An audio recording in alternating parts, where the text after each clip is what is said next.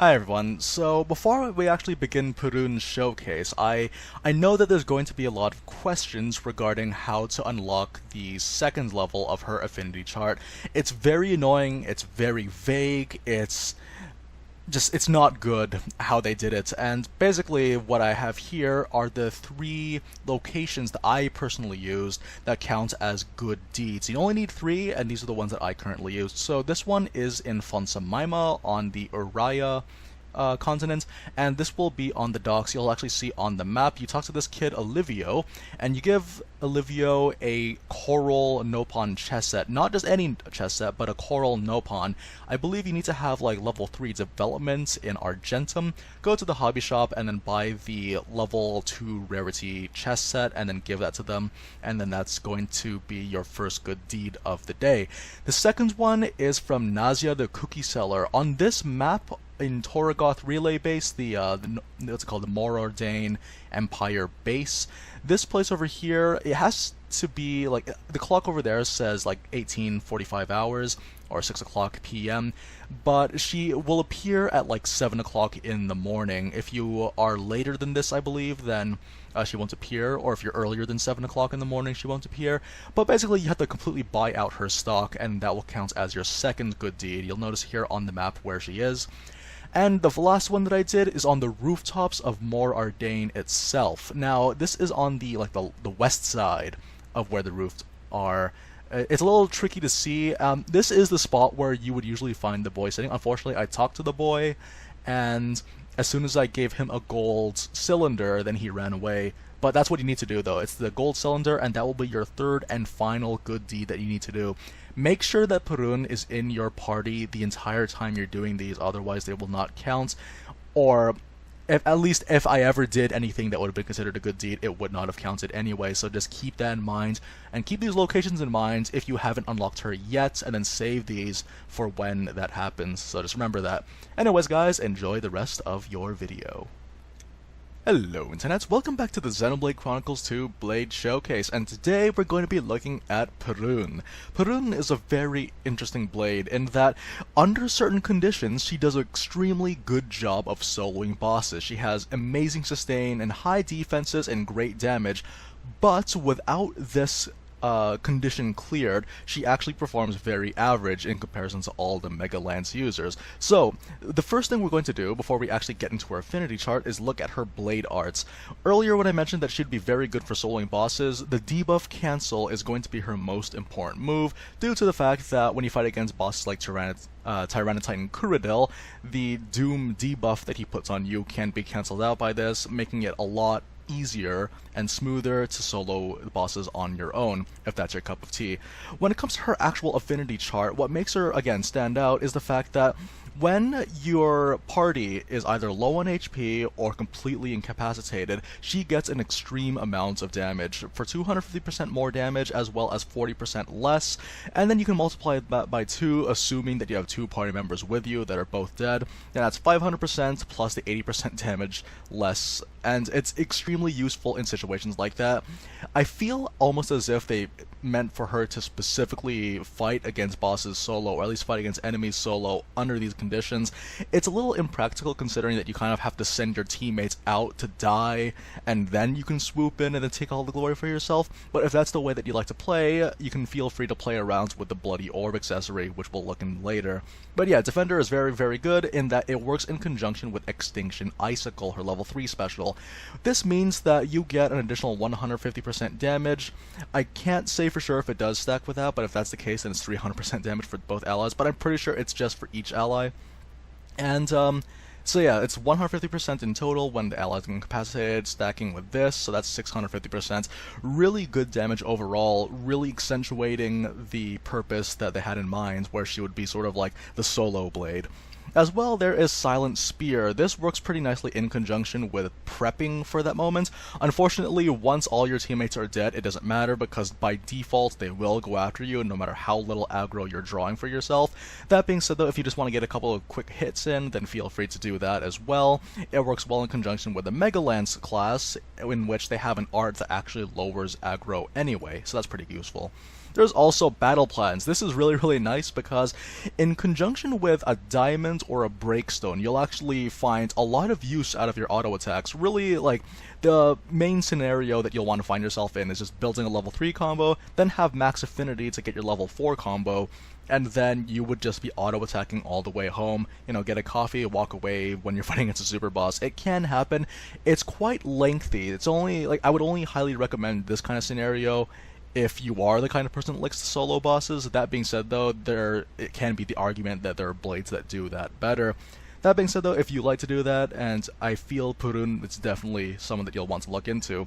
In terms of the weapon that we're going to be using the Tachyon because I want to have as much auto attack damage as possible. The Tachyon chip you can get from Tyranitar Kuradil, and I would recommend it just for the sole purpose of having the highest attack values for your auto attacks. If you want, and if you feel like you would rather play more around with critical rates, then I would recommend the Moon Matter chip instead. Now, for the Ox Cores, unfortunately, she only gets one slot. You could try for critical up or outdoor damage, or another thing that you can try doing is the Auxiliary Core that increases your damage by having more HP. That might also be a good idea, just because it's very easy to maintain high HP the moment all of your opponents are dead. Like I said earlier, when you have your allies alive, she works very average. There's not very much that she can do to stand out, but once those allies are dead, though, she really does come into her own as a blade. So in terms of the accessories that we're going to be putting on the driver, it's going to be a diamond, because you'll have insane amounts of HP regen. You'll take less damage than you'll heal with your auto attacks due to the damage buff, as well as the defense buff that she gets for each ally that's incapacitated. It's really, really useful. And of course there is the Bloody Orb, which is the exact same effect that she has, but this time we're giving ourselves an additional 155%. That might not seem like much, considering that if you compare it to a World Tree Drop, which can get you to 250%, but it does only take one slot, and it does help that it works in conjunction with her passives, so you'll be getting yourself even more damage on top of this 500% that you would already be getting, so it's a fair trade-off in my opinion. As for the actual pouch setup, currently we're going to be using Astrology Made Simple, just to give ourselves a little bit more damage with the specials. I'd like to have this most of the time these days anyway. As well, Adam's Ember Cakes means that we'll have 13% HP recovery, which is extremely useful for our auto attacks, along with our Diamond Ring. It's going to be very, very good, and it'll help sustain us forever. So the demonstration that we're doing today is going to be a little bit different from usual. This time we're not going to be soloing a super boss, because if I were to solo a super boss, we might end up fighting against it for like 5 hours, and I don't think anyone would enjoy watching that. Instead, what we're going to do is that we're going to go into a scenario where we're going to be fighting against a bunch of high-leveled enemies, and she's going to fight them all by herself, and she can do that very easily, so I can't wait to show you guys that one. Alrighty, so here we are at the old factory of Morardain. What's going to happen here is I am going to target the enemies and then press right on the D-pad while I'm in combat mode. When I press right on the D-pad, we're going to send them to their deaths. The Rex and Nia actually have only one blade attached to them at the moment. The reason why is because we want to give them as little options as possible, give them as little buffs as possible, so that it'll be a lot easier for us to actually get them in a scenario where they can die, and we can make use of Perun's passives. Okay, we also have a guy over here, might as well get his attention. And before long, it shouldn't take long, but soon Rex would be able to go down as well. Okay, so Rex is low, so that's going to give me some healing, and hopefully they can finish off. There we go. Okay, so now Nia's down, and we're going to command Nia to fight against this guy, get that guy's attention if he can.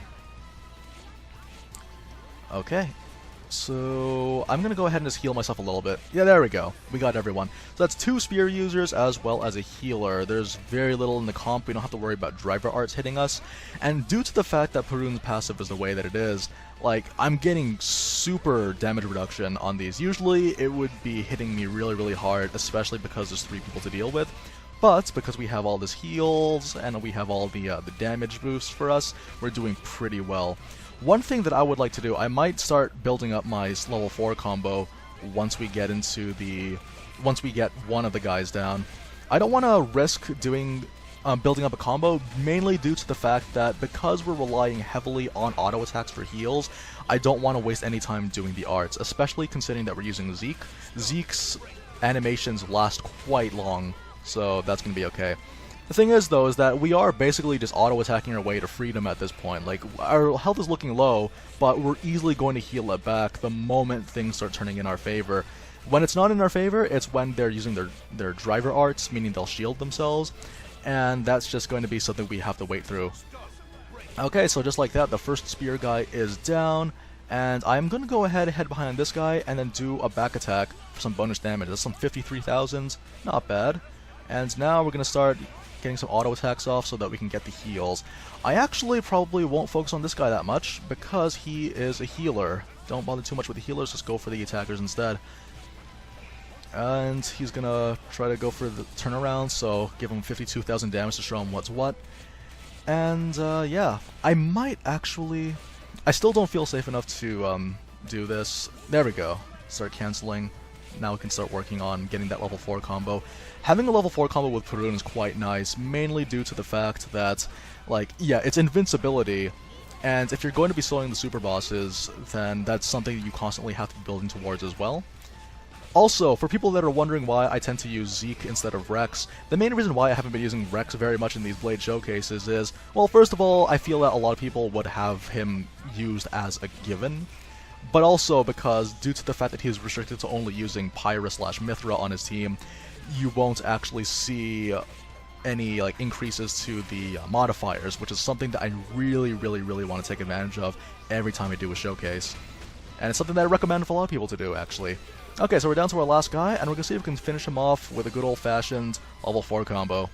So that's kind of how it works, though. Like, it seems a little bit boring at first, but I guess that's just the nature of Perun, is that she's very simple with a very clear purpose in mind, in that they wanted her to be the boss soloer. They wanted her to have infinite sustain in very tight situations where your party members are all dead. So that being said, if that's what you're looking for, it works really well, but in conjunction with using a group, I wouldn't recommend her as much unless you did need an Ice-type attacker on your group. That being said, there's a lot of great Ice-type attackers out there, and actually just Ice-type blades in general, I find, all very good in their own rights, and Perun, she's solid, but with a very specific niche that you'll have to fill. That being said, just like the general rule as it is always when it comes to these Blade showcases, or any of my other videos really, is that just because something might not necessarily be textbook amazing, that doesn't necessarily mean that they're bad. So, that would basically do it for today's showcase, guys. Thanks very much for joining me. I know this is brief in comparison to what we did, but the alternative would be fighting against a super boss, and like I said earlier, I don't think you guys would be very hyped to see me auto-attack a Tyranitar Kuradil for like 3 hours in a row, just trying to kill the guy. But I do plan on doing some boss soloing in the future, though, so I hope you guys look forward to that. And until then, I will see you guys next time. Take care, everyone.